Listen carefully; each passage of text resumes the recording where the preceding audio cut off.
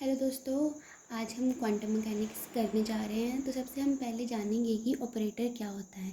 Operator एक quantum mechanics में वो होता है, एक वो फंक्शन भी हो सकता है और मैथमेटिकल ऑपरेशन जैसे कि डिफरेंशिएशन, इंटीग्रेशन या फिर मैट्रिक्स फॉर्म में भी हो सकता है।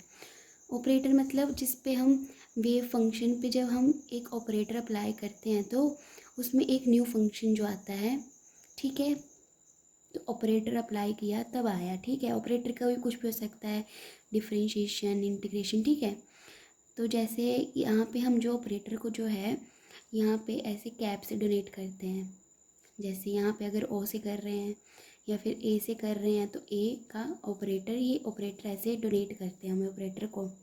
अब जैसे इसमें एग्जांपल लेते हैं कि अगर हमारे पास जो है फंक्शन है, फंक्शन हमारे पास एक्स है, एक्स स्क्वेयर है, चलो एक्स स्क्वेयर ले लेते हैं। और आपके पास जो आपके पास ऑपरेटर है, ऑपरेटर की वैल्यू है डी बाई डी एक्स। तो मतलब आपके पास जब हम इस ऑपरेटर को इस फंक्शन पे लगाएंगे, ऑपरेटर को हम फंक्शन पे लगाएंगे तो हमारे पास एक न्यू फंक्शन आ जाएगा, ठीक है। तो डी बाई डी एक्स को हम एक्स स्क्वेयर से करेंगे तो 2x आ जाएगा, ठीक है। तो हमारे पास एक न्यू फंक्शन आ जाएगा। तो ऑपरेटर भी जो होते हैं वो 2 टाइप्स के होते हैं, ठीक है। जैसे कि यहाँ पे हमने एक्स स्क्वेयर का एग्जांपल लिया था, तो हमारे पास जो यहाँ पे फंक्शन था एक्स स्क्वेयर था, जो हमारे पास न्यू फंक्शन आया उसकी वैल्यू 2x आई, तो हमारे पास x square is not equal to 2x है। मतलब हमारा न्यू फंक्शन और जो प्रीवियस फंक्शन था उसकी वैल्यू सेम नहीं है, तो वो हमारे पास फर्स्ट टाइप आती है कि जब हमने एक ऑपरेटर पे फंक्शन पे ऑपरेटर लगाया तो हमारे पास एक जी जो है न्यू फंक्शन या अनदर फंक्शन आया, तो मतलब ये फर्स्ट टाइप हो गई। When operator operate on a function may change this function into another function.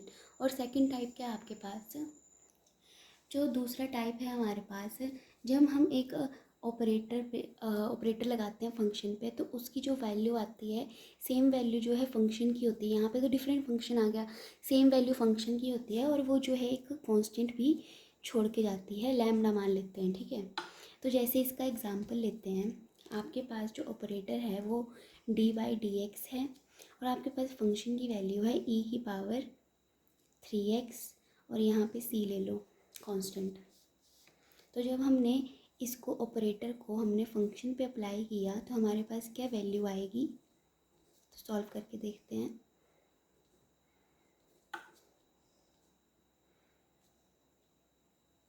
Three C ई की पावर 3x, तो आपके पास ये सी ई 3x क्या था, फंक्शन ही था। तो मैंने क्या बताया था आपको कि ऑपरेटर जो है फंक्शन पे अप्लाई होगा तो आपके पास फंक्शन तो सेम ही रहेगा, सी ई की 3x, और जो आपके पास जो लैम्डा होगा कांस्टेंट की वैल्यू लैम्डा जो आपके पास आ जाएगा 3 आ जाएगा इस केस के लिए।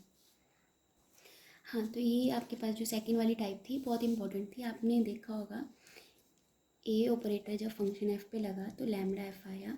तो आपके पास जो ये ए ऑपरेटर होता है इसको हम बोलते हैं आइगन फंक्शन। ये आपके पास जो लैम्डा है,